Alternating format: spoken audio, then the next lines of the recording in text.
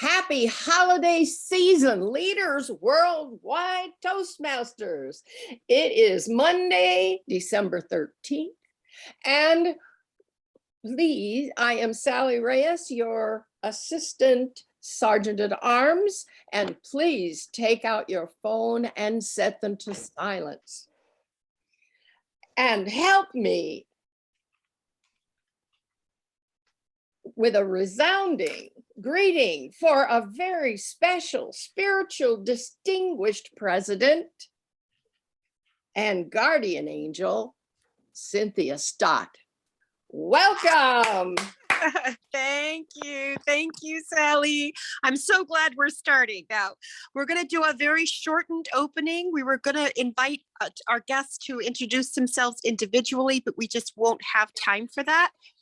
I want to give an opening and then I'm going to introduce a very special guest. Well, I'll just start with that right now. You'll see that we have closed captioning or live transcription written at the bottom of the screen. And the reason we have that is we have a person that's hard of hearing and deaf. She wears a cochlear implant and she's a very special person. She is my sister, Abby Balderrama. Please welcome Abby with a round of applause. Whoa. Thank you. I'm so glad you're here, Abby. So we'll have this captioning throughout the session. And it's just something unique that we have today. I want to tell you that Toastmasters International empowers individuals to become more effective communicators and leaders. The core values are integrity, respect, service, and excellence. The club mission is to provide a supportive and positive learning experience in which members are empowered to develop communication and leadership skills, resulting in greater self-confidence and personal growth. And our personal club motto is that we were designed for politicians, business and nonprofit leaders, entrepreneurs, and others who want to make their message heartfelt, authentic, and ready for the worldwide stage, which we absolutely have here today. So excited to welcome all of our Leaders Worldwide guests and our members.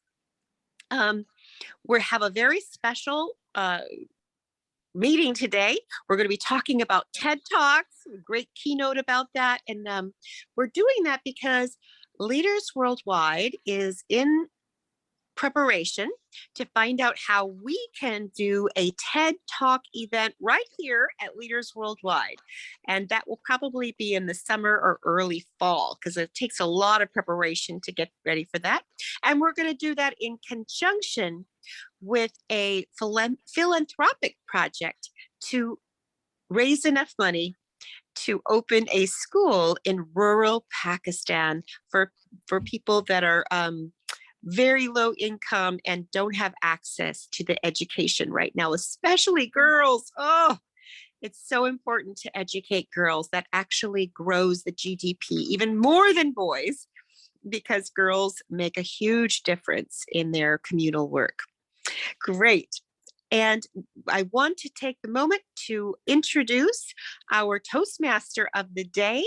That is DTM Dr. Michelle Peticolas. Please take it away. I'm muted, sorry. Thank you, Cynthia, and welcome everybody to our very special winter holiday party. We have a lot of fun things planned in addition to this amazing presentation by our Rosalyn Kahn, who is an amazing speaker, and I will be introducing her in a minute. But before that, I would like to introduce our timer, who is Carolyn Douglas, who is going to give us the timing that the keynote speaker needs, and she's 13 to 15 minutes, and that will also be followed by a 5-minute question and answer. So yes, go ahead, Carolyn. Thank you so much. And for this speech, which is 13 to 15 minutes, at 13 minutes, I will show the green. At 14 minutes, I will show the yellow. At 15 minutes, I will show the red, which means your time is up and you may have 30 seconds to wrap it up. Since we will have a Q&A to follow and the Q&A is 5 minutes, at 3 minutes, I will show the green. At 4 minutes, I will show the yellow. And at 5 minutes, I will show the red. So that will be the timing that we will use for the keynote speech as well as for the Q&A session that follows. Back to you. Thank you so much, Carolyn. You really made that clear. And I'm feeling very, very comfortable having the timing in your hands. Next, I would like to introduce, I got to make sure that's the next thing. Yes, the keynote speaker, who is Rosalyn Kahn. DTM Rosalyn Kahn is a charter member of Leaders Worldwide. She has been a TEDx speaker 3 times. Professor Kahn has trained over thousands of students and worked with individuals from a wide span, from teenagers to business executives, to improve their presentation skills, to improve their earnings. Her gift is helping individuals achieve their goals with speaking with their authentic voice. And the title of her speech is called Quick and Dirty Secrets to TEDx. And without further ado, Rosalyn Kahn, Quick and Dirty Secrets to TEDx, Quick and Dirty Secrets to TEDx, Rosalyn Kahn. Rosalyn, I think you're muted.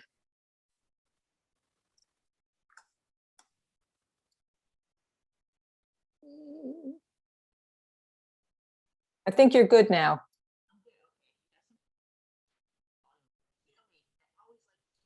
No, you're still muted. You're still muted. I don't know what's going on. Hold on. Rosalyn, you're having a monologue. Rosalyn.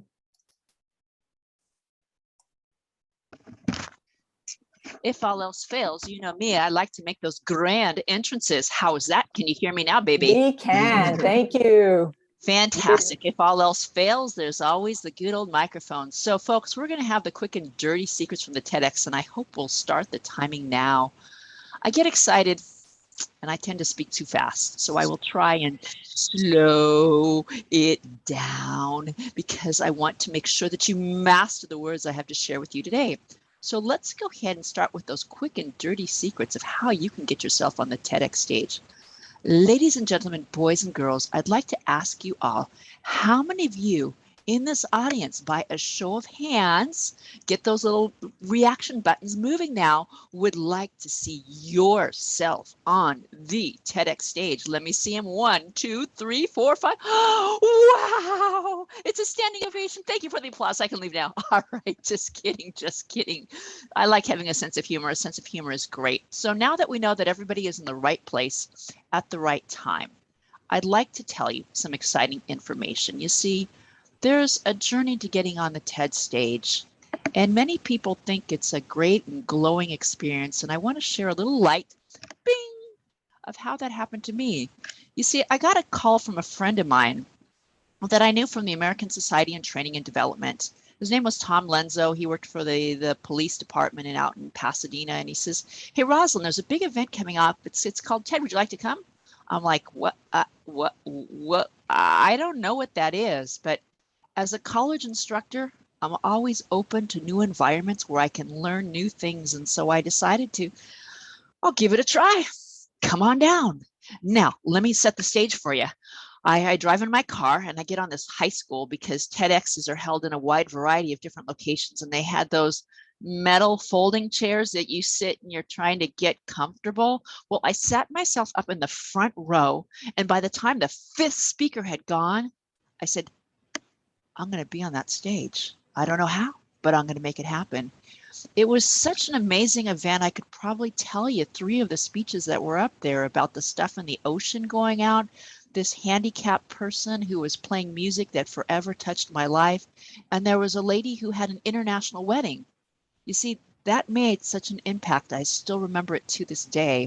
But as I left the parking lot and I saw my friend who invited me, I said, how do I get to be a speaker on that stage? And he said, come to Greg Apodaco's house next week up in Pasadena. Little did I know it would be a year of meeting at Greg's house every Saturday. And if you wanted extra credit, not only did you give up your Saturday, but you could go for Sunday. Most people would say, do I have to go another day to learn more? Well, you see, that's the secret sauce. It's when you open yourself up to more opportunities, just like being here in Coach Math, in this club right here. I've had opportunities to speak on platforms I never would have possibly dreamed of.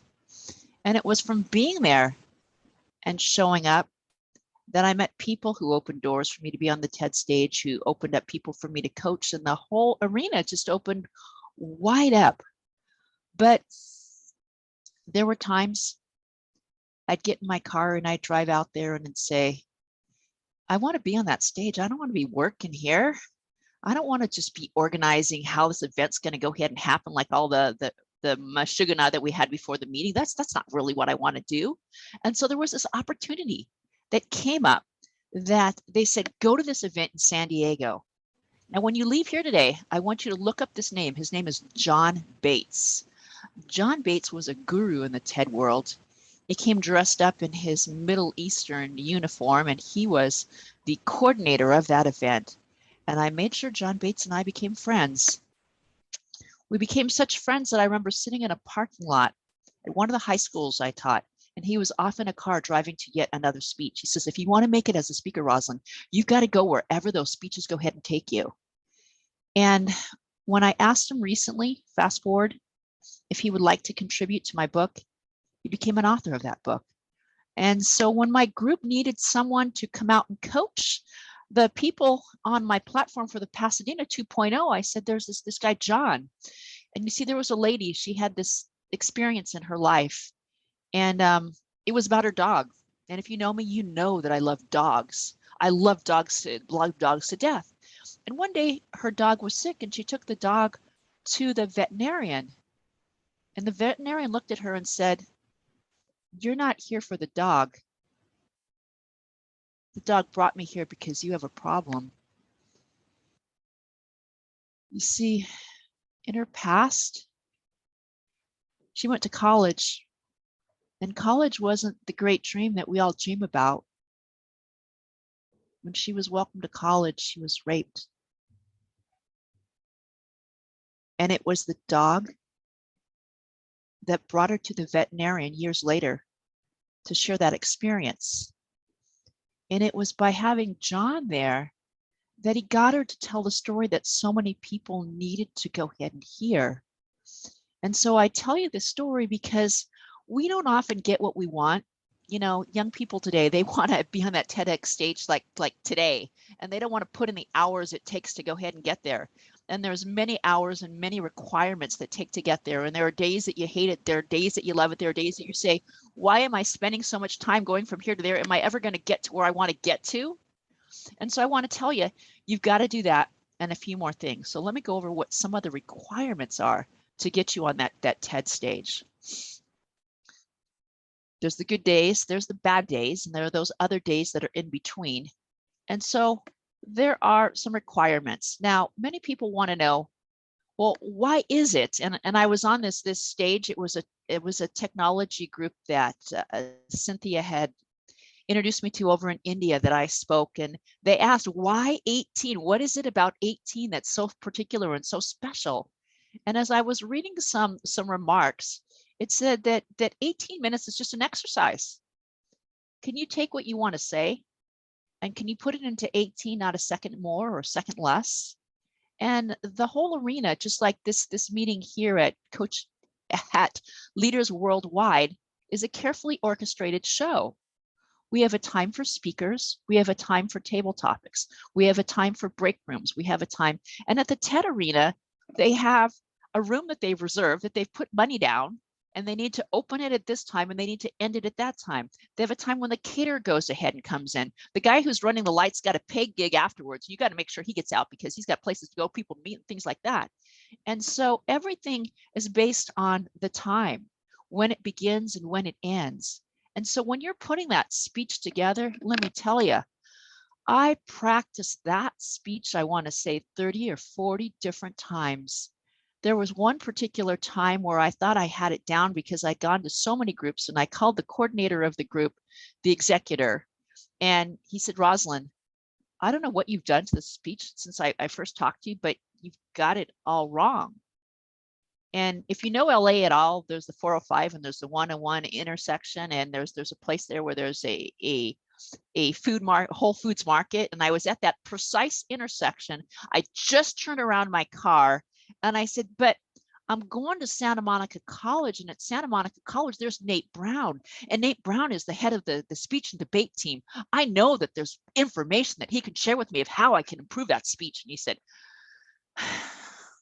all right, Rosalyn, go to the college, and when you come back, there's a new draft.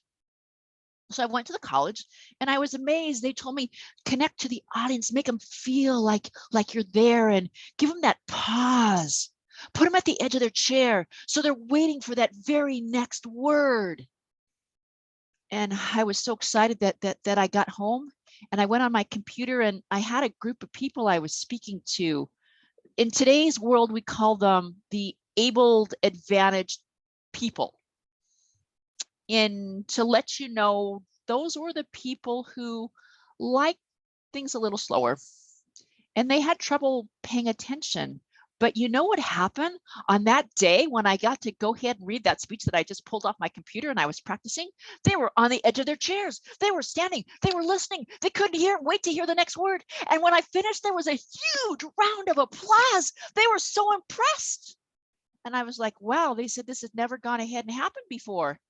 And I tell you this because you don't know how many times I practiced this speech and how many times it took me to put this presentation together. There's a lot. But let me take you to the green room. There was the day that I was going to get up and give that speech. And as I was sitting in that room, or standing, I was going over the motions because they said they needed to be precise. They needed to be exact. You had to make it seem like it was the first time you'd given it, and you need to make it seem as though it was absolutely real as could be. Yeah, I was practicing before I went out and on that stage. I was practicing. You know, I practiced that visualization exercise where you could visualize that round of applause like they give me at the able students place. And as I was going in, I stood there and I looked out at the audience, and on the bottom of every email I send, it says this message. You know, when I stood out and I looked at the eyes of those thousands of people who were looking back at me, I asked myself one question. Did my talk reach one person who was a change maker in the world, who cared about the environment, who cared about humanity, who cared about the poor people, who cared about, you know, what was going economically in the world? If I could make that one change in that one person, then I knew that I had made a difference in changing that one person's life. And so when we think about the TED Talk, one of the things you need to go ahead and consider is it needs to be something new and surprising. So when I gave my three TED Talks, the first one was called Language Comes to Life. And it was about taking my students to the theater and how the theater opened up doors for them that they could never see before because they got to see it and experience it. And before they went to that theater, there was the 12 Angry Men. And I showed the video to the students in my class of the 12 Angry Men, but in an hour and 45, there's not enough time to see the end. And they wanted to know, was he guilty? Was he innocent? We've got to go and get that video and we got to watch it. Because when they were in the auditorium, they wanted to know what was happening so they could understand in case they missed a word here or there or in between. And it was that story that got me on the TED stage. That was speech number one. How many of you ever thought about teaching in the college? Do you know teachers in the college? Anybody know any teachers in the college? Anybody know any teachers in the college? You know, but how many can share a story like that, where taking your students opens up the doors to new opportunities? Now, the second unique aspect was I gave a speech that was called Coming Around the Curve. It was my battle with scoliosis, and how having scoliosis made me a more compassionate human being. Now, if you went home and you looked online and you looked at speakers on scoliosis, thousands, millions, trillions. But the time that I gave this to TED and the organizers of that individual committee, they thought that was an amazing speech. Now, what makes a good speech is you have to compare facts with stories. And so I got an x-ray that happened to be one of my former students who also had scoliosis.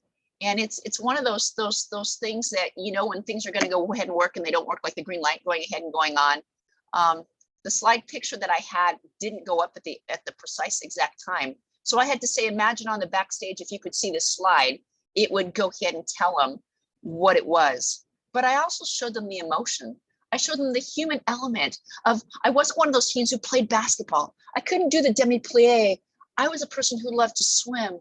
And when I got back in the water, it was like my life went ahead and reemerged. And I tell you this because these are examples of what the TED Talks are all about. There was the last one that was called Coming Around the Curve. The last one was called Breaking Cultural Barriers and How Everyone Can Make a Difference. So you got to think about something that is very specific and unique to you. And great ideas with a new argument challenges beliefs and perspective. So you got to think about, what stories do you have that they don't already know? What's something that you can talk about that is something they've never heard? And there's one last slide I want to take you to, because I know my time is going ahead and running out. And so here is the things that you need to go ahead and remember. It's a numbers game. Everyone wants to be on that TED stage. Be prepared. There's going to be thousands of people, but don't give up.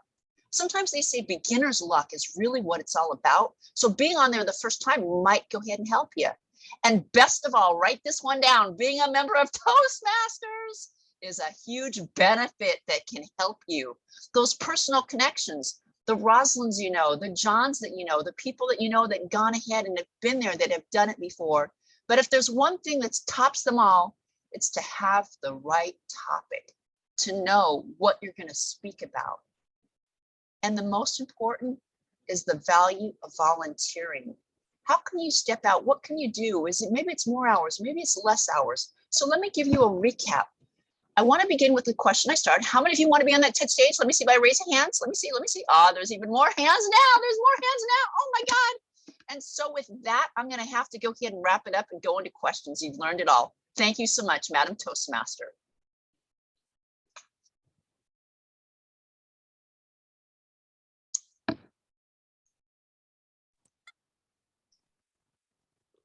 Yay, great. Another big round of applause for Rosalyn. That was awesome.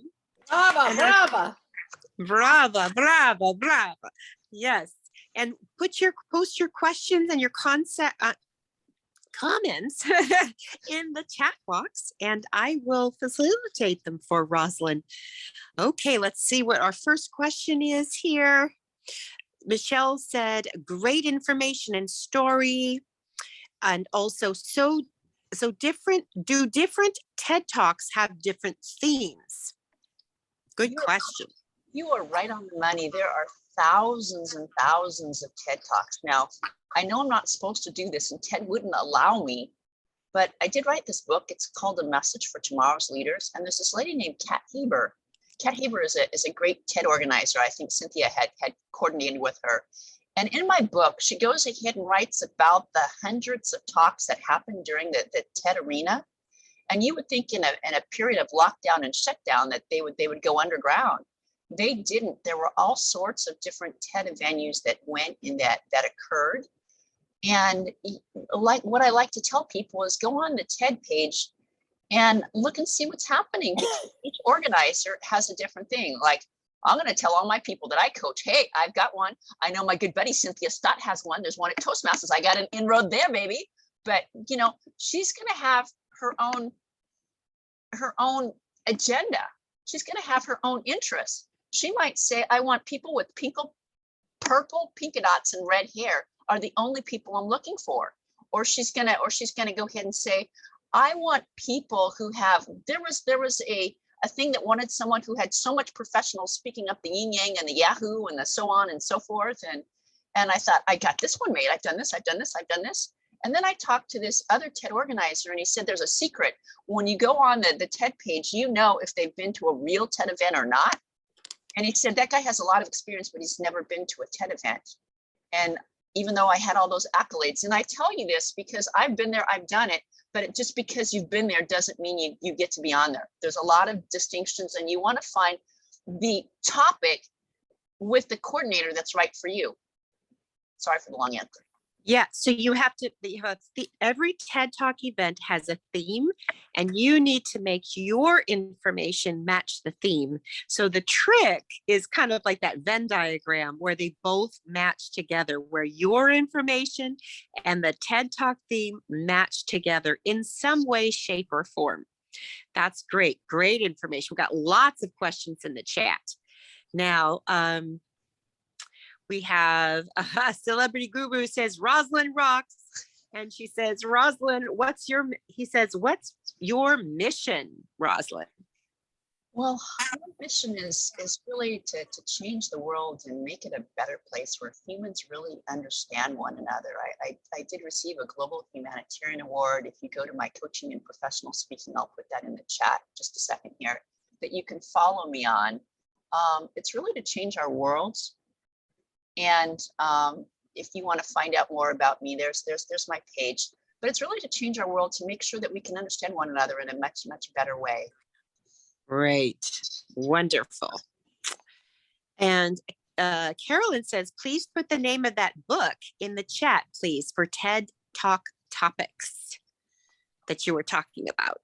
Yes. And then Celebrity Guru also asked Rosalyn, what's the secret of your success?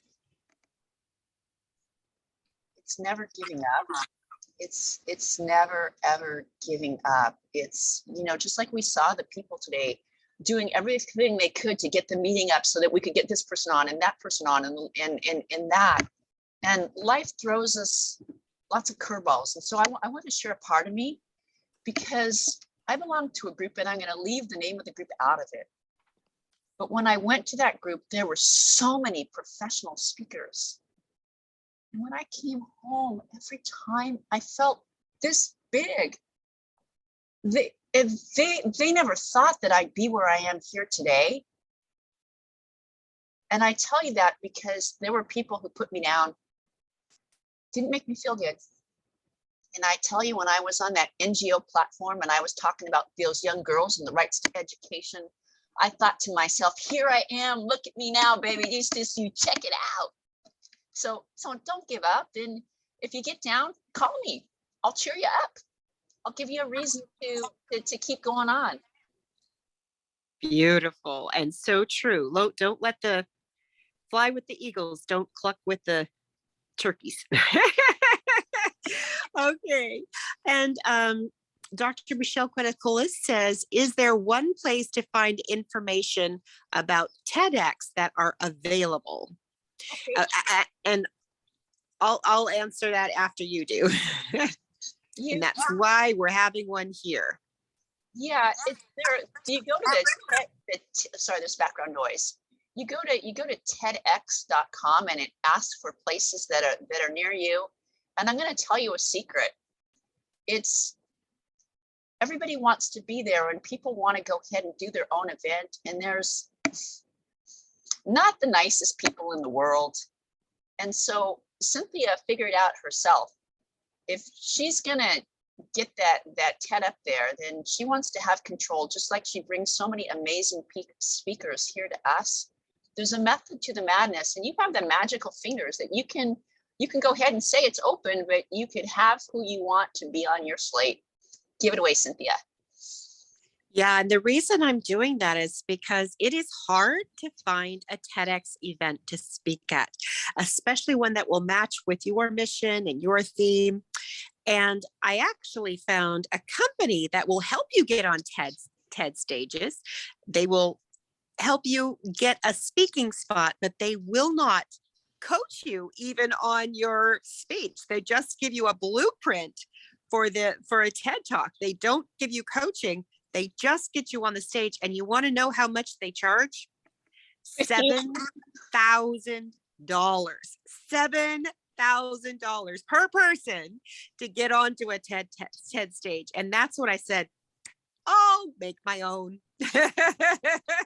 You know, So- I probably sat on that platform just to go ahead and listen to see what he had to say and see what he had. And it's like, you know, I played the guru and I said, you should hire me as a coach. You know, look at all the vast experience that I have.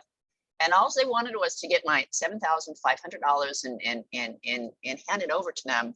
And when you get on the TED stage, they give you a coach.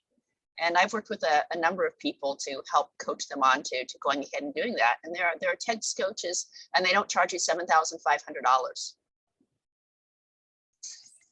Okay, great. Well, let's give another big round of applause to Rosalyn Kahn. Thank you so much.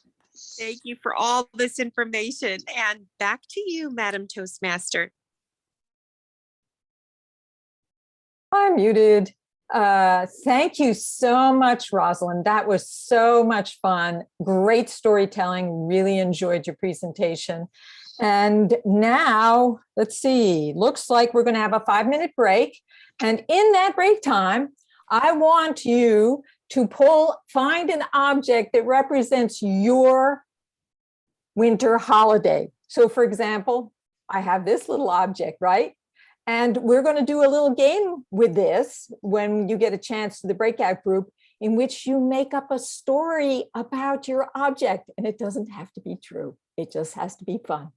Okay, so while we are on our break, and we're going to be back at, I have 11:48, and we will get started. We have some great speakers. Please come back. It's going to be a lot of fun.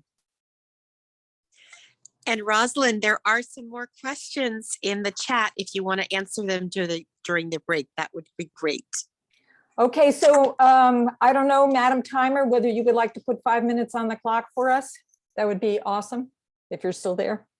That has been done. You're awesome. You're a professional, of course.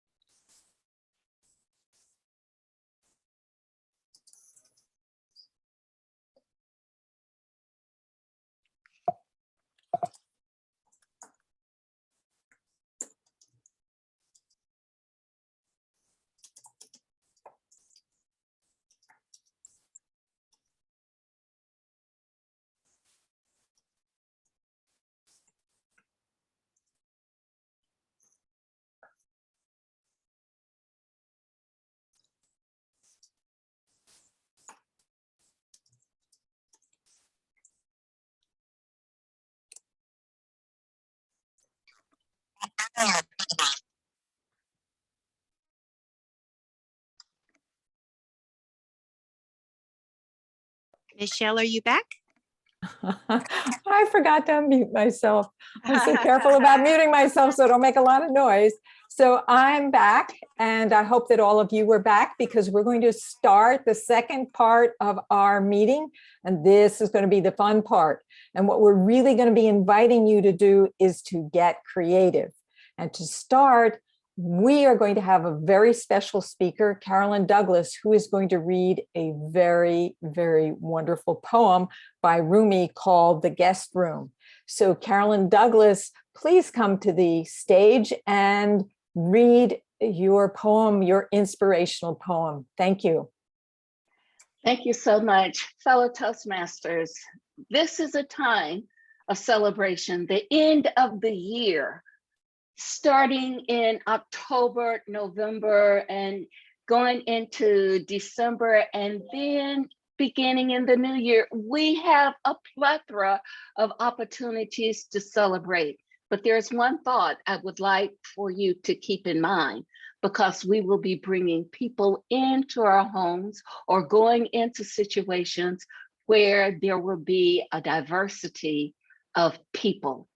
I would like to share with you from Rumi, the guest house. This, being human, is a guest house. Every morning is a new arrival, a joy, a depression, a meanness. Some momentary awareness comes as an unexpected visitor. Welcome and entertain them all, even if there are a crowd of sorrows who violently sweep your house empty of its furniture. Still, treat each guest honorably. He or she may be clearing you out for some new delight. The dark thought, the shame, the malice, meet them all at the door laughing and invite them in. Be grateful for whoever comes, because each has been sent as a guide from beyond. End quote, Rumi. Back to you, Toastmaster. Thank you, Carolyn. That Rumi is one of my favorite poets. Thank you so much. And this poem, it goes very deep into welcoming everything into your life. Well, you're going to tell us even more about that at the end.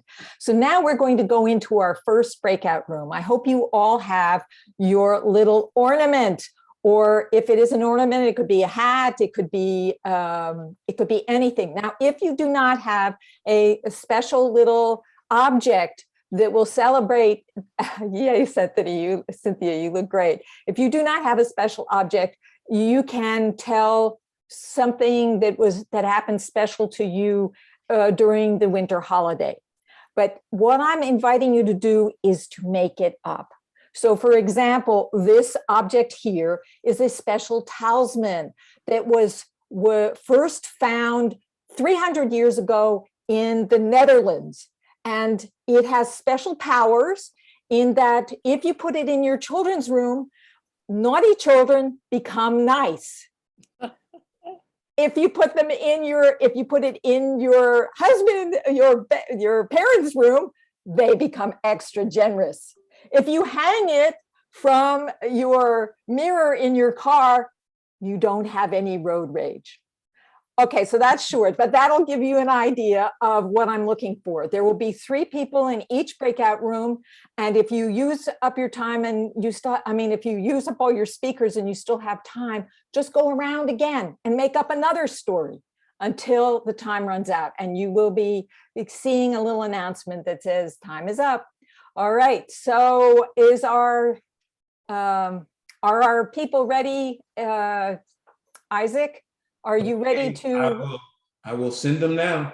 All right, thank you. And a few people will be staying here, and those of you who want to be in a room, we can take care of that if you get stuck here. All right. And Abby, make sure not to join a breakout room, so you can stay in here.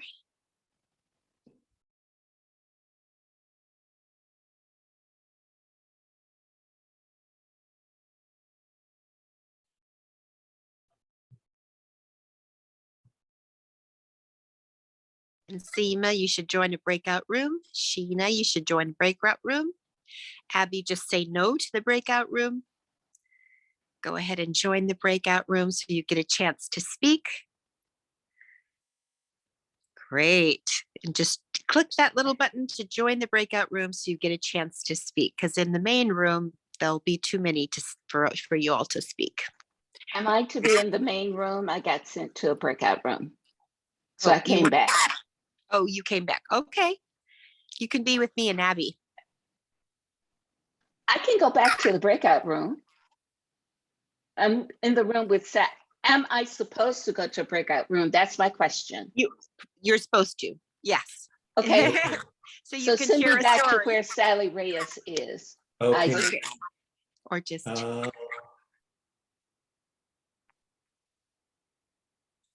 Or if it's too difficult, just stay here with me and Abby. That'd be great. Well, I think I can do it. Okay, here we go. Yeah, All right, everybody thank you. else. Okay, see you in a minute. Who is Kathleen in? What was that? Do you know what room Kathleen is in? Because Sally Reyes. oh, Sally. Oh, okay, she's in 4. Okay. Yes. Move to. It doesn't give me 4. It's got to be Is there. everybody? Okay. I got it. Got it. Okay.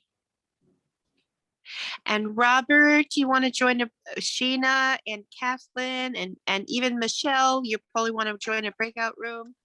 I was in a breakout room with no one came in, room number 7. Can you put Rosemary in room, whatever room you can? There's only 2 in the room that I was in. I want to make sure that everybody knows what they're doing. I was alone in a breakout room. Yeah, so we need to put you in another room. Isaac, can you handle that? Yes, okay. Let me see. And Kathleen says no breakout room for her because she can't speak. Anna Marie wants to get in a breakout room. Let's see. And Rosemary Sweeney, can Rosemary Sweeney go in a breakout room too?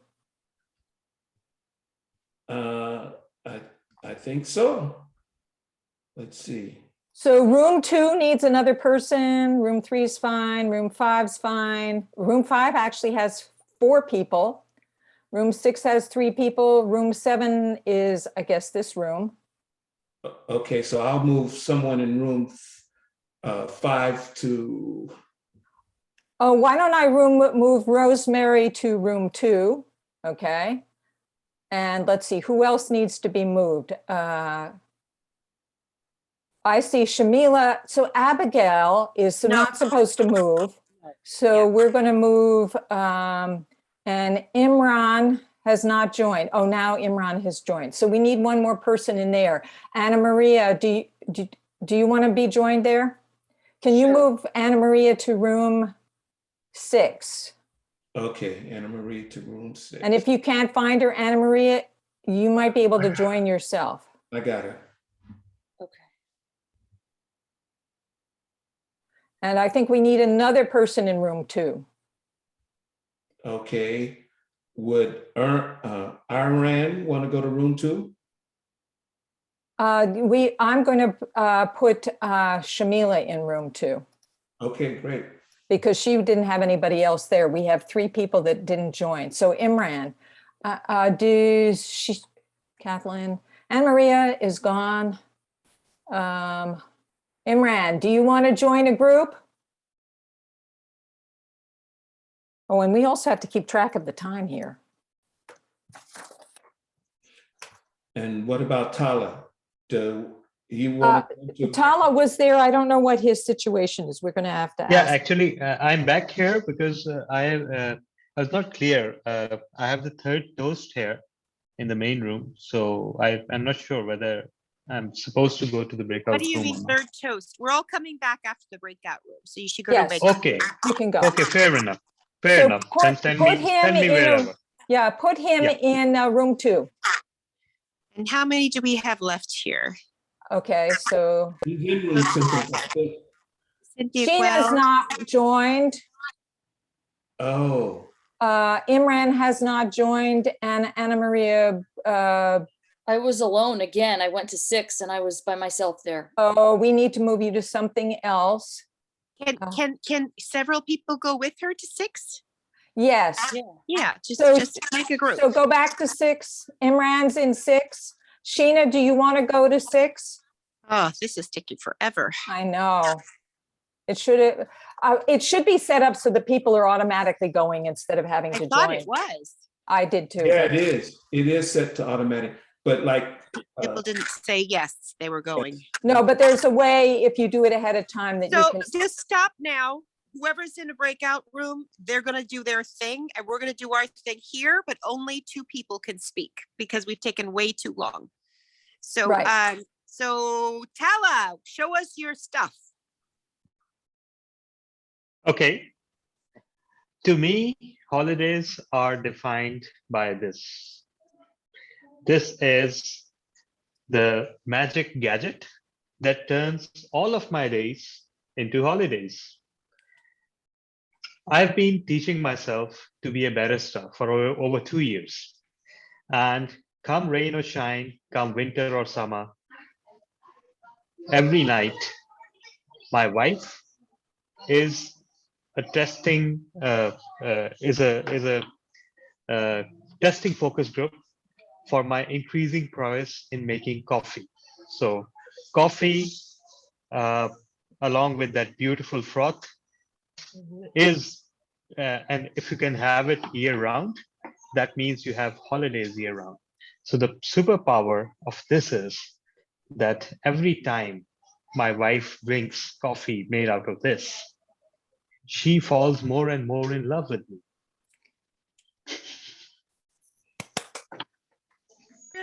That's great. Thank you. At least that's what I think. Awesome. And Cynthia Guell, do you have an object you want to share with us? Or tell us a tale about the object? Cynthia, you're unmuted. No? I'm not sure if she's there. She unmuted herself. Okay.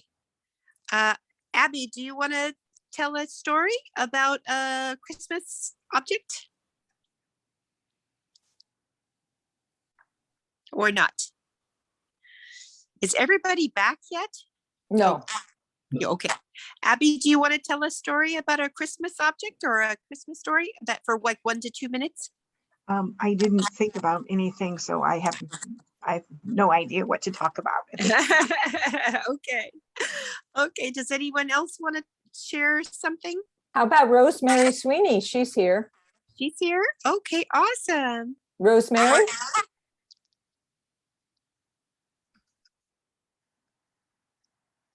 How I about did not have an object, so let someone else speak. No, just tell us a story, a Christmas story. I mean, not Christmas, but a holiday story, anything at all. You don't have to have an object. And I'll give a story about the time I saw a lady with 2 little spiking things on her head in red and white, and she was all smiling, and her name is Cynthia, and she made me remember of a time when I traveled across the world to see a reindeer. However, because of the time I arrived there was no reindeer, and it was just in my mind.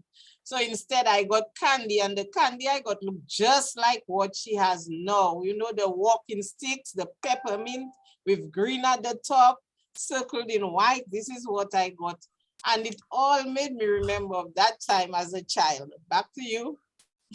Thank you. Thank you. That's great. Okay, what about you, Cynthia? Have you given a story? But maybe Shamila? Oh, Shamila, would you like to give a story? She's right.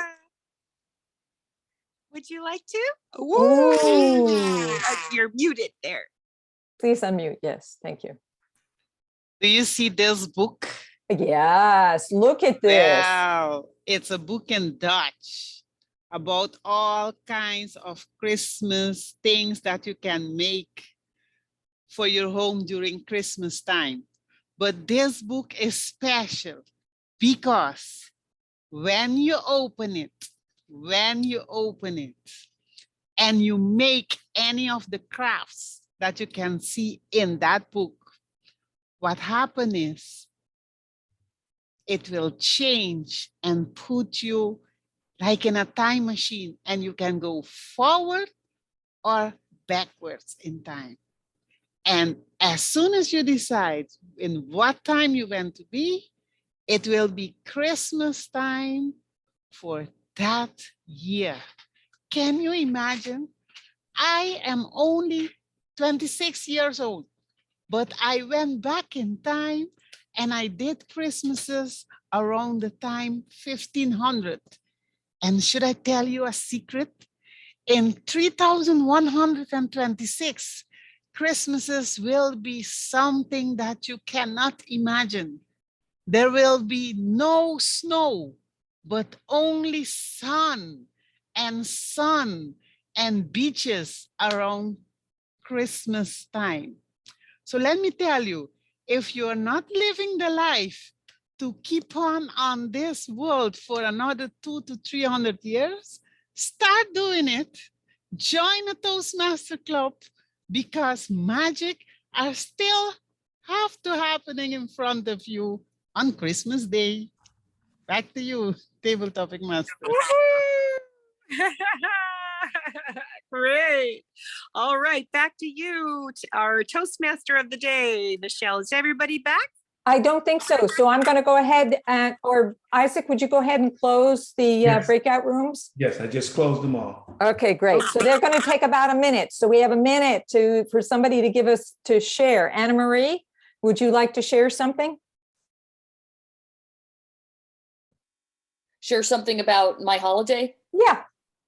Oh, okay. Yeah, I was thinking about that as we were talking about it. And I have this object on my desk, which is this nice cross. And I think I got it at a holiday party. It was, a favor that they had on the tables. And for some reason, I didn't have one, just the way that the table was set up. Sometimes at a round table, you don't know whose is whose. Sometimes that happens with silverware. I'm glad it didn't happen with silverware, but it happened with this. And I guess somebody ended up taking mine, but a person I knew came up after the event and said, "You can have mine." And I said, "Oh, no, you don't have to give me yours. I mean, I don't expect anybody to do that." But she told me that I could have it.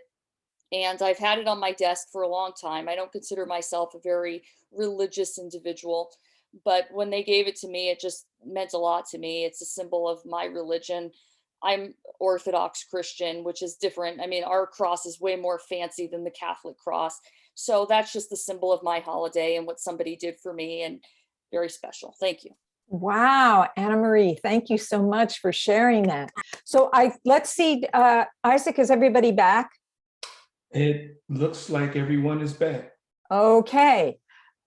So now we are going to go to the next part of our wonderful show today, and that is that we are going to have Seema Gary. And Seema Gary, so this part is that we're going to have different speakers talking about different cultural traditions.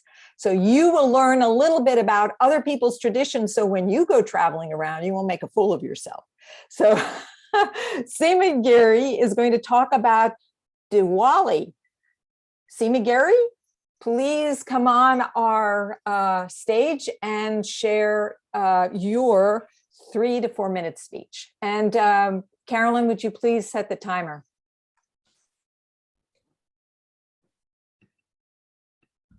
Okay, thank you, Michelle. I am just looking for Carolyn. There she is. Hi, everyone. I'm so happy to be here with you to talk to you about Diwali. So Diwali is actually celebrated to honor the victory of good over evil. And depending on who you're talking to, from which part of India, it's a little bit different. I'm from North India, so I'll share you from my perspective. But regardless of which part of India you're from, overall basic theme is that we are celebrating the good over evil. And I like to say it's a cross between Christmas and New Year's. It's a combination of the two, because for us North Indians, it's also a new financial year, a new financial year. So Diwali happens at a time during the lunar year where there is no moon. It's completely pitch black.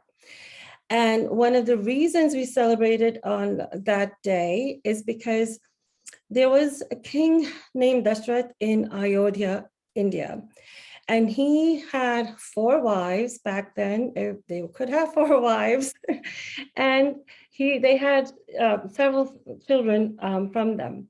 One particular was one of his wives, the 3rd wife, who had a son, and she wanted the eldest son, Ram, to be exiled to the forest for 14 years because she wanted her son to be the king. Now, it used to be that the oldest son would become the king. So she sent him for an exile. And because the king had promised her that he would give her this one gift, which she would ask for the opportune time, and this was it. So Ram and Sita, his wife, went to the forest for 14 years. And after the 14 years was up, Ram came home after fighting with Ravan, who kidnapped his wife. And he won that battle, got his wife, and they were coming home. And because it was pitch black, the entire town, the entire village turned on their lights using lights like this.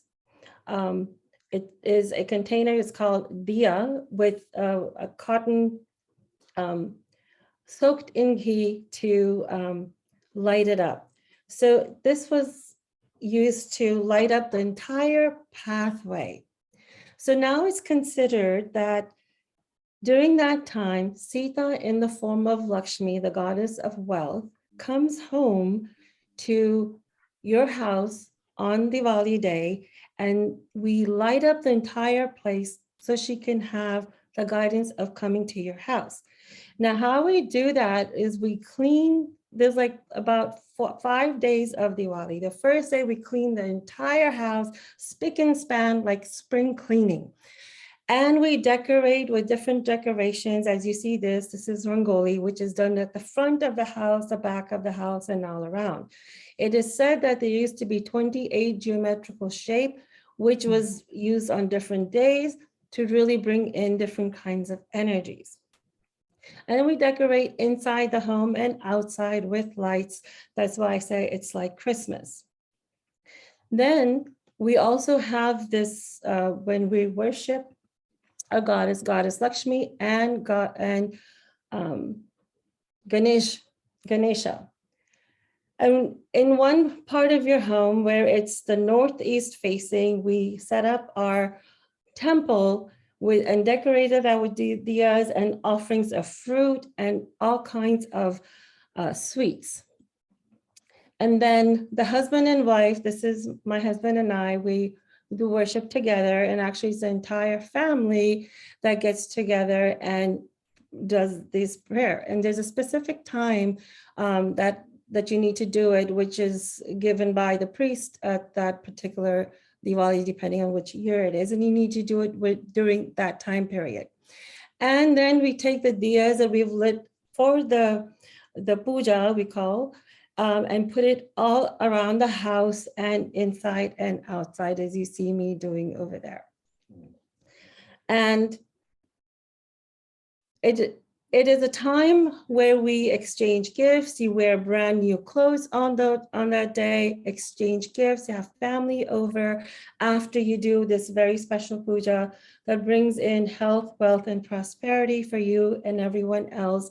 And you celebrate it with your neighbors and with fireworks. Of course, now due to pollution, we don't do that anymore, but that is how we celebrate Diwali and really overcome the things that are holding you back internally as well. Thank you. Thank you, Seema. That was very, very informative. I had no idea. Now I want to get invited to somebody's Diwali celebration because it looks like it's pretty interesting. And I would love to know more. Thank you so much for doing that. Our next speaker is going to be Cassandra Garabedian, and she is going to tell us about Kwanzaa. So Cassandra, go ahead, and timer, please set the timer from 3 to 4 minutes. Thank you. Welcome, and thank you for attending this meeting. This morning, I am honored and privileged to present an open invitation to Kwanzaa 2021. For all of you, to our guests, friends, and members of non-African American heritage, I am proud to share with you an exploration and celebration of the African American holiday. This unique African American holiday commemorates the strength of family ties, respect for our ancestors, and commitment to the growth of community and gratitude for life bountifulness. This celebration of Kwanzaa begins December 26th through January 1st. And during this time, it is customary to greet friends and family with the Swahili phrase, Habari Gani, meaning, what is the news? For those of you with the history that are not familiar with the history, with Kwanzaa, I will provide the history, meaning, symbols of Kwanzaa. And it starts with, on December 26th, the lighting of 7 candles for those days. And the lighting of the 7 candles is the principles, which are, on December 26th, unity, a red candle is lit. 27th of December, self-determination. And I want you to keep thinking about these words as I speak them and call them out. On December 28th, collective work and responsibility, which is a red candle also. On the 29th, we celebrate the economical cooperative. That means thinking about how the economy and how you can put yourself in a better place. And that is a black candle. On the December 30th, purpose. We talk about purpose. We tell stories about purpose. What is your mission? What do you want to do with your life? And the participants weave traditional things of family, community, and unity, but also culture. The holiday is decorated with vibrant colors. They're very colorful. Many consist of beautiful canvas art that is displayed throughout the house, with banners to adorn the walls and tables dressed in runners, candles, and beautiful dinnerware that will enchant your guests. And coming from the kitchen, the aroma of your favorite desserts and dishes looms throughout the house. With great conversation, stories, and laughter, we celebrate. We celebrate unity, self-determination, collective work and responsibility, cooperative economics, purpose, creativity, and faith. And it's told with my experience. We tell stories, we break bread with one another, and we talk about life. And as a wise man once said, a smart man will learn from his mistakes, but a wise man will learn from others. And so that is my gift to you this holiday season. Celebrate all the diversity. But as you understand, there's a common theme from the stories that we heard today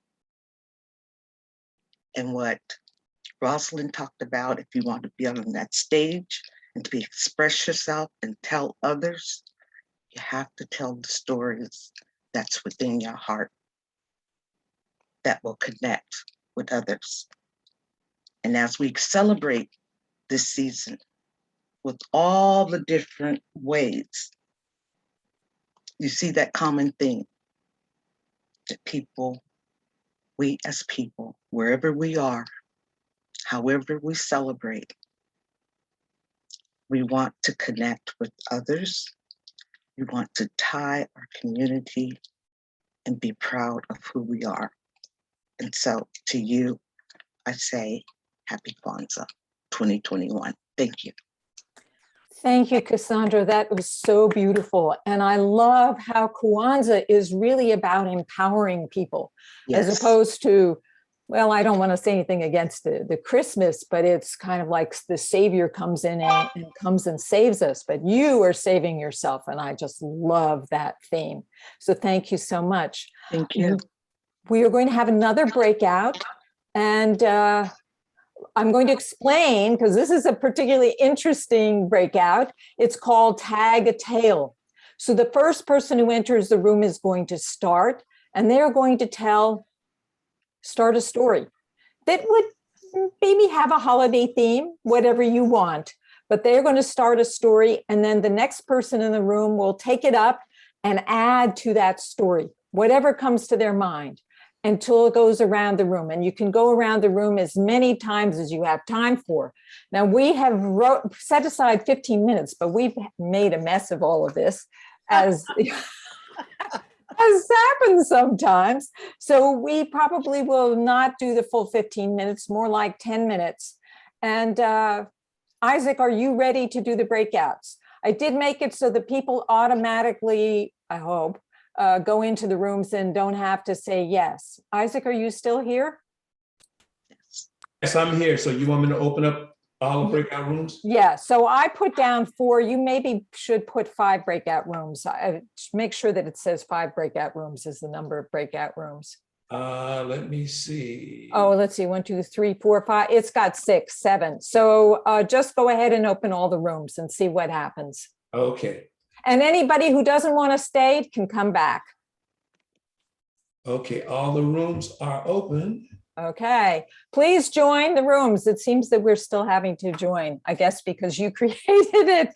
That's the way it's going. All right, please join the rooms and enjoy the Tag a Tale. Okay, so slowly but surely, everybody's going.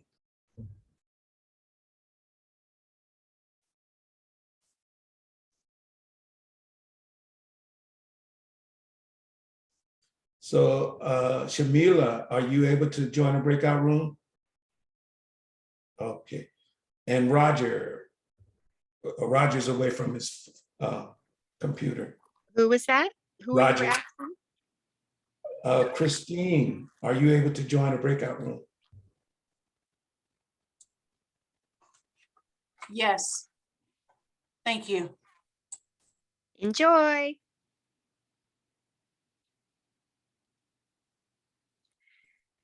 And Deborah, go ahead and join a breakout room. You're speaking after the breakout room. You're muted, Deborah. Let me see if I can add her to a breakout room. Yeah, and let's see if, what about Christine? Does she want to join a breakout room? Yeah, Roger can stay with us. Okay. I am not, oh, okay, Deborah. Okay. And Saddam also. So I'm trying to do this for 10 minutes because I know we're like really behind on time, and the speeches are awesome. So I really want to make sure that we can get to the speeches. So I think that, yeah, people are not Joining. Yeah, Sheena, let's see if I can get her to join. Okay. And Kadisha's probably wants to join too, right? Yeah. Do you see a join button? I will Kadisha and see if I can get her to join. Because I got a join button. I just said no. I keep on getting more people. So while he's doing that, I'm going to keep on bringing people into the room. We've got Nicole here today. And Saddam Adam is here. I should put G on those, yes. So we'll take 1 more minute and then everybody will just stay where they are. That's right. We'll just get started. Yay. Okay, so I'm gonna put the gallery view on so I can see who's here. So we're going to begin. Maybe we should see who wants to join, who wants to be a part of the tale. Yes. So if you want to be a part of the Tag a Tale, please raise your hand with the reaction button so we know who's willing to. Okay, Roger wants to. Who else?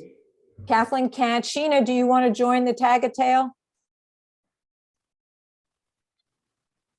Saddam, do you want to join? Oh, 2 participants raised their hands. Okay, so Cynthia said yes. And who's the other one? And Rosalyn, all right. So why don't we start with Roger? And you have about, what is it, 2 minutes to talk? 2 minutes. And 2 I minutes. can time. Okay, thank you. So Roger, you want to go ahead and start just any tale at all, preferably something related to the holidays. You have to unmute, Roger. Okay, I'm asking him to unmute. Okay. Great. What do I talk about, the holiday? Yeah, for 2 minutes. Okay, so what do I say? Anything about the holiday? Whatever you want. You're just telling a story. Make a story up. Don't tell about the holiday. Tell us a story that you remember from the holidays. Okay, so since it's 2 days before my birthday, I remember getting a lot of presents for both my birthday and for the holiday, for Christmas. So since Christmas is 2 days later after my birthday, so I remember getting a lot of presents for both of them. So that's what I like about it. So I think that's a good thing about it. Okay, thank you. And let's move on to Cynthia and then Rosalyn. Cynthia, go ahead. Oh, okay. Can you time me? Yes, go ahead. Was the night before Christmas after Roger's birthday. I can't remember if he said it was before or after. And suddenly someone came crashing through my roof, and this is all that's left of them. It was a little elf, very tiny, and they came crashing through my roof. I don't have a chimney, and I don't know why they chose my house, but they came crashing through my roof, and all that was left of them were these little legs. And I made a little hat out of it to remind myself of that magical little elf that came through my roof. And the magical little elf, before they passed away, they left lots of presents. And the presents were addressed to the homeless. And I was really surprised. It just said the homeless. And so I took these presents down to St. Anthony's Church and passed them all out to some very happy homeless people. And next person. Okay, great. So that's Rosalyn. You want to go ahead? And so as the homeless person opened up the first present, there were tears that came out of their eyes because they looked at the beautiful scarf that they had received, and it was just like the one that had been given to them by their mother many years ago. And they heard at that sound, there was a doorbell ringing, and they didn't know what to do. And so they said, well, I will just let it go, and someone else will go ahead and answer it, because they didn't want to be disturbed by this beautiful moment. And as the years went on and life continued forward, they decided, from the love that they got from the others, that they would then go ahead and start their own organization, that they would help other people. And so today, when we look at the organization of the Los Angeles mission, we find that the gentleman whose name is Andy, who's the one who started this mission that serves all the homeless from Los Angeles, was that lovely person who opened up the scarf. And he says, what they've done to me, I must continue to do light and love for the world. So if you go to my Facebook page, you can see a picture of me at this event, handing out food and celebrating with other people who are making their lives better than they were before. And that's the beauty that came from that homeless thing that Cynthia had written a note, and the gift that she passed on, the person who received it, and how that really transformed their life to take them to a better place. So wherever you might be this holiday season, will you remember the gift of kindness? It doesn't cost money. It doesn't take much, but if you can simply brighten someone else's way in giving a card or a note, or simply wishing a happy holiday, you've made the holiday truly what it was all about. Thank you. Wow, Rosalyn, that was wonderful. So this fantastic, great embroidering this story. So does anybody want to pick up? Nicole, would you like to join in the tag-a-tale? Or Anna Maria or Sheena? Anybody? Kadisha? Isaac. Go for it, Isaac. Well, the only tale that I recall with Christmas for me is that I lived in a small town, and this one Christmas, I say my mom, but my father was a part of it too. But we got these pop guns. And back then, that was a big deal, pop guns. But there was a problem that we had this bully who used to pick on all three of us. So what my mother did is she bought an extra pop gun for the bully so he would not take our Christmas present. So that just shows you how smart women are. They just think ahead, because I never would have thought about getting the bully a present so he wouldn't take our presents. So that is the Christmas story that I recall. Okay, so we have another minute left. Well, actually, we have 30 seconds. Does anybody want to jump in and add a tale to the tale? Okay, so I guess I could go. Let me get this off. And then I have to bring, well, actually we have 45 seconds before I bring people back in, but I just want to tell more stories about my little object. So one day after the bully got the pop gun, I got the Santa Claus, and it doesn't squeak or anything, but it does make me feel very, very happy. And now, Isaac, we have to let all the people back in. We have a few more speeches, so please go ahead and close it out, which means that they're going to get one more minute. I should have told you sooner. I'm doing the best I can. Did you close the breakout? Great job. Yes, everybody should be. Okay, great. Coming back soon.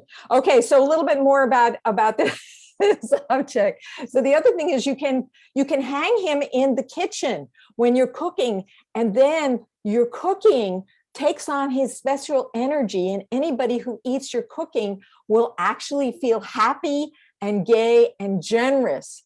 And so you could get a lot of these, and you could send them all to all of your neighbors, and they will give lots of money to all the important causes and make sure that all those homeless people get the money, they get the lovely holiday they need. And they will pay it forward, and then the holidays will be amazing.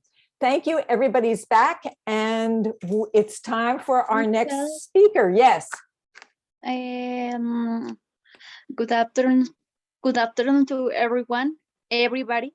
I'm from Colombia, and I want to try to talk a tale of Christmas about my home.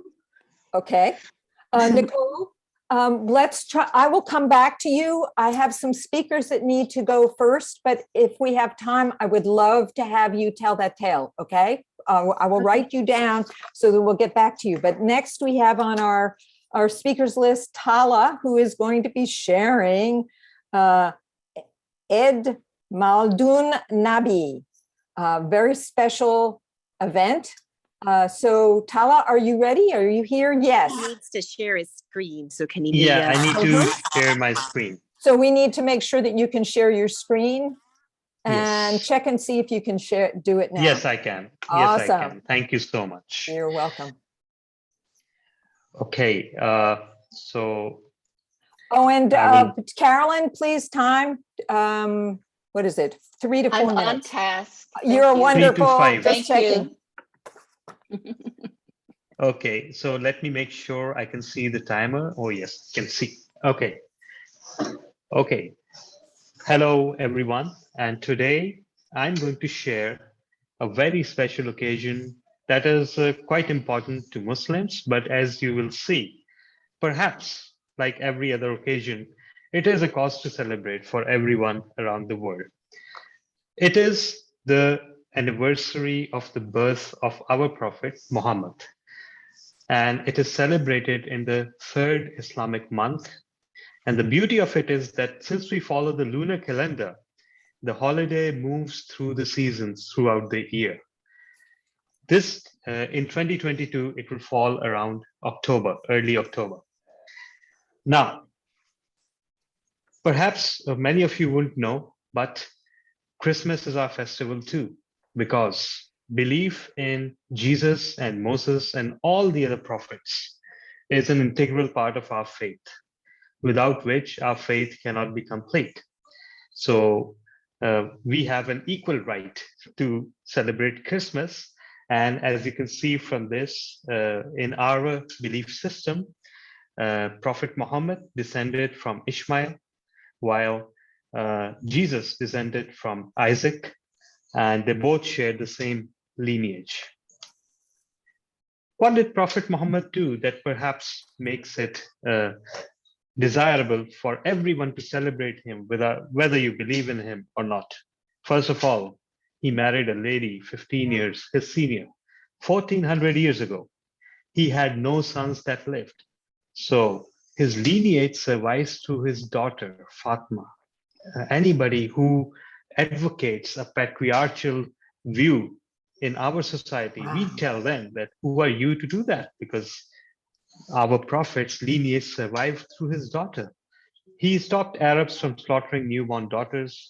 He deemed consent necessary for marriage, deemed in-laws equivalent to parents, made good treatment of wives a condition for salvation, and encouraged remarriage of widows. Sadly, so many of these innovations have been set aside in the name of social customs in many parts of the world. This celebration called Maulud or Eid Miladun Nabi, it was first celebrated a few years after the passing away of the Holy Prophet, and the first Muslim ruler to officially celebrate it was the Ottoman ruler in 1233. So it is a hundreds of years old tradition. And this is how it is celebrated around the world. We light up everything. We decorate the mosques, we decorate our houses, we even take out processions. So some of this would be very familiar to people of other faith and people around the world, because there are so many common notes to a celebration. And this is the Maulud celebration as it is done around the world, not only in my country, but virtually in any country where Muslims are there. Now, there are, just like any other religion, there are several points of view on that. Some Orthodox points of view advocate that no such celebration should take place, but majority of Muslims believe that there's no harm, although the mode of celebration can differ. For some, it is a procession. For some, it is lightning. For some, it is the distribution of sweets. For some, it is feeding the poor. And for some, it is holding scholarly seminars on the life and teachings of Prophet Muhammad. And the beauty of it all is that lately, especially in the past decade or so, where Muslims may differ on many other things, they have united on this one celebration, which is celebrated around the world. And it is such an infectious celebration that it can be turned as a celebration of the life and times of a great person, even if you're not a Muslim. Just like the life and times of Buddha can be celebrated, life and times of Gandhi can be celebrated, life and times of any other person who served humanity can be celebrated. We also believe that anybody who is not a Muslim has equal ground to celebrate, because this person, Prophet Muhammad, is responsible for eradicating so much pain and misery and ignorance from a major population of the world. With that, I hand over the charge back to you, Toastmaster of the day. Thank you so much. I had no idea. And I know some things about Muhammad, but that he was so ahead of his time in terms of women's rights is such a great thing to celebrate. Thank you so much for sharing that. And next we have Deborah Weiner, who's going to be speaking. I'm sorry, I'm kind of rushing through here, but we are behind our times. And Deborah is going to share with us Hanukkah. So Deborah, you have 3 to 4 minutes. If you could keep it to 3, we might be able to give Cynthia a chance to talk about Christmas. Okay. Okay, Hanukkah. Hanukkah is called the Festival of Lights. And Hanukkah is an 8-day Jewish holiday celebrating the rededication of the temple in Jerusalem in the 2nd century BC. And Hanukkah is the Hebrew word for dedication.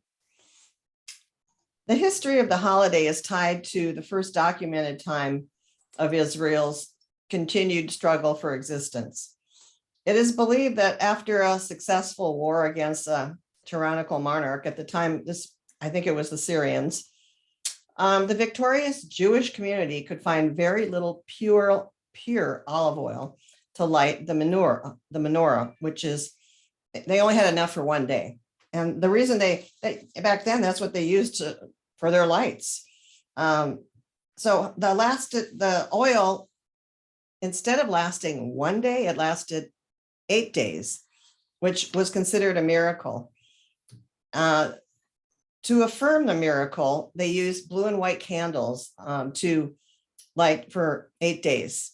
And they also play games and they exchange gifts. And they use they play a game called dreidel. They use blue and white candles, and they have another candle that's called a shamash, which is a candle that's used to light the other 8 candles. And we light a candle every night for 8 days and exchange gifts. And I remember I was brought up Catholic and I converted to Judaism, but I remember not only did my children get 8 gifts for Hanukkah, they got more because we celebrated Christmas also. How lucky to be Jewish. The candles are, in some traditions, they're lit a certain way, but in our family, we just light them, we sing songs, and then we exchange gifts and we have a meal, and then we play the dreidel game, which is, the dreidel is they're little wooden pieces, and they were used because during the days of another war and not being able to practice the religion, it was used as a kind of a secret way of pretending they weren't practicing their religion, but they were just playing a game. They were just playing dreidel. So both Hanukkah and Christmas originated in the same land, Israel, by the same people, Israel and the Jews. And Jesus was Jewish, and the Jewish people considered Jesus to be a great teacher or rabbi or prophet, whatever you would like to call him. But they don't call him Jesus Christ, but Jesus was very important. He was a carpenter. He was a very important enlightened being. And so, Jesus, that was the beginning of Hanukkah. Hanukkah was created basically before the time of Jesus, actually. And during the times of all the wars, of the continual, times that the Jewish people are always trying to be killed and struggling to stay alive. And, there's been, Hanukkah's always practiced. Now, Hanukkah is a different time of the year because the Jewish calendar is not the same as our regular calendar. So sometimes it's the beginning of November. Sometimes it's actually on Christmas. You just we never know when it's going to be unless you know how to use the Jewish calendar. I know that how we practice Hanukkah, I actually get a tree. Some people, we call it a Hanukkah bush or a Hanukkah tree. It's actually, we have a beautiful large tree and I decorate it with Hanukkah blue and white decorations. I wrap our gifts in Hanukkah paper and sometimes we add a little Christmas paper in there too. But we have a tradition of creating a meal and again, exchanging gifts and playing dreidel games. And then there's these little chocolates wrapped in gold paper that we use with the games.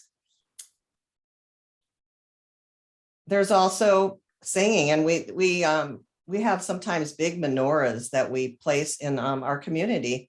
We have some in we live near Danville, right next to Danville, California. So we have a big, huge menorah lighting event that everyone in the community is invited to.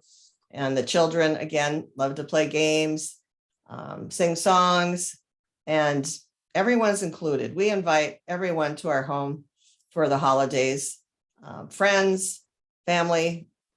It's not a religious, really, let's just say celebration. To me, it's more a celebration of life and being grateful for what we have in our family and friends. So happy Hanukkah. Thank you, Deborah. That was wonderful. And I had no idea that you were converted to Judaism. And I love that you have learned so much and of course, practiced so much this particular tradition. And thank you for sharing. Now, I'm not going to talk long because we need to get to Christmas. And Cynthia Stott is going to be giving us a speech on the magic of Christmas. Cynthia, take it away. 3 minutes on the clock. Thank you, Michelle. 'Twas a little village in Bethlehem that, forgot my words. Let me get them. Hold on a sec.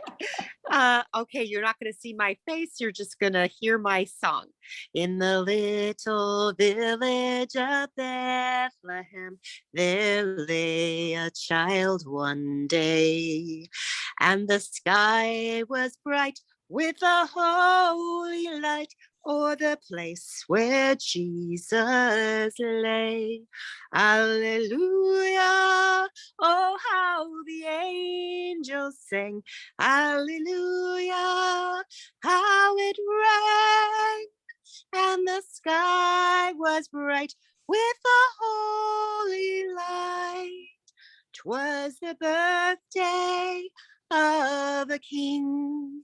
'Twas a humble birthplace, but oh, how much God gave to us that day. From the manger bed, what a path has led, what a perfect holy way. Alleluia, oh how the angels sang. Hallelujah, how it rang, and the sky was bright with a holy light. 'Twas the birthday of a king. Many of us know December 25th as Christmas Day, the birth of Jesus. But did you know that that's not correct? Jesus was probably born in March or April because it was tax season even way back then. December 25th was decided upon by Emperor Constantine, who wanted to bring the worshippers of the sun god Ra, R-A, into the fold. And so he declared December 25th as Christmas Day. For me, Christmas Day, growing up in San Francisco, I remember my favorite tradition was to go cable car caroling. I loved it. Do you know the trolley cars that are pulled up the hill, not by electricity, but by special belts, and they were made over 100 years ago because that's the horses couldn't climb up the huge hills in San Francisco. So we would gather at Powell Street and Market Street in the hub of the Christmas shopping mania and sing our little hearts out with our little choir books that were specifically for Christmas. And then we'd hop on the cable car and ride up the hill and down the hill and into Fisherman's Wharf, where we'd sing for all the tourists until our little noses turned icy cold. And then we would hop on over to Ghirardelli Chocolate Factory and have some hot chocolate. And we would fill everyone with joy and peace and love. And to me, that's the magic of Christmas. Back to you, Madam Toastmaster. Oh, Cynthia, that is so beautiful. And your singing was just, it is the epitome for me of Christmas, is the Christmas carols. And I love that that was your tradition, was to get on the trolley cars. But caroling and being able to sing with each other has always been really, really important to me.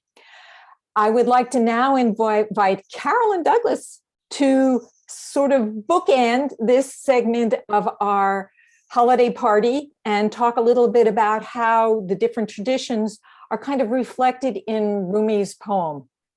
So Carolyn, take it away. Thank you so much. And this is the way I would like to do it, because this is how my personal story folds into this. The poem, The Guest House, is for my family. My family, I would say, is basically Christian oriented, but we have so many members in our family that are part of different faith traditions. My grandparents and granduncles were farmers. There are Mennonites who would come from the Pennsylvania area to where we lived in Tennessee. And if you've ever seen on television, here are all of these people coming from different directions to a large table. That was my family. It did not matter which faith tradition was being represented. Everyone was welcome at the guest house table. Welcome them all. Everyone has a seat at the table. I have often talked about my nosy aunts, because my nosy aunts like to get into your business, but their heart was very pure. And they was always in that place of helping and lifting ones up so that whatever your need was met. So when I think of the guest house, it brings me to that place of home. What did I see common throughout each one of the traditions that were shared? The word light. Light is intelligence. We radiate this love, this light in our lives. I see that there were symbols of light. I see there were principles, ways of being, interacting, displaying, emanating life. How do we conduct ourselves? Remember, a simple way of putting this is in everything you do, you are the guest house.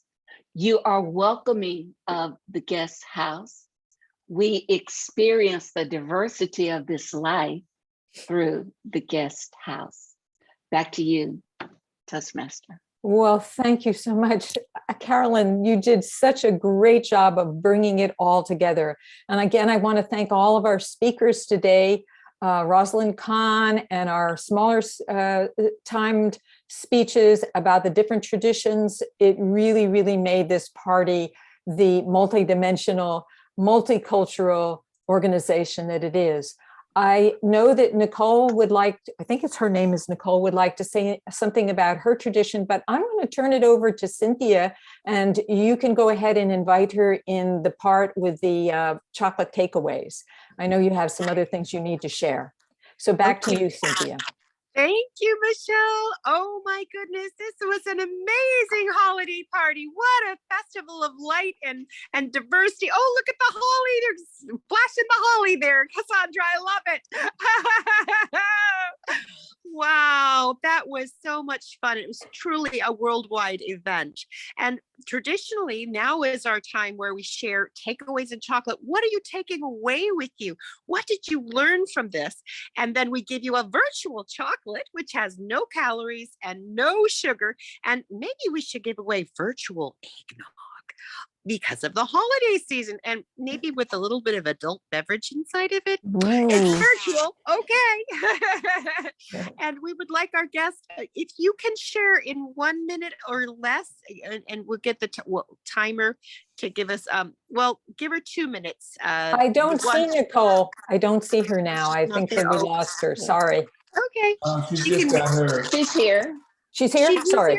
Here? And can we Okay. give her maybe 2 minutes, the 1, 1.5, and 2? So a red light at, a green light at 1 minute and a red light at 2.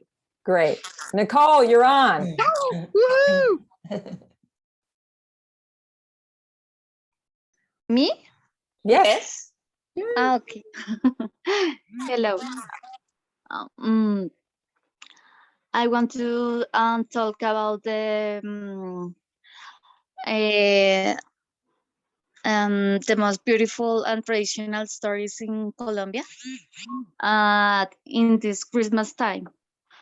Take place during 7 and 8 of December and called the Day of Candles. I don't know if you hear about this tradition before. Not yet. No, please tell us. Okay. Okay, it's when okay.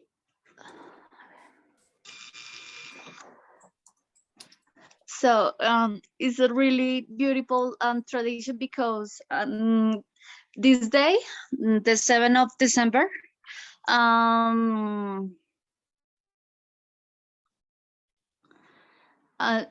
it is the start of the Christmas time here in Colombia, when the Archangel Gabriel, I don't know how can I call the angel, and Gabriel.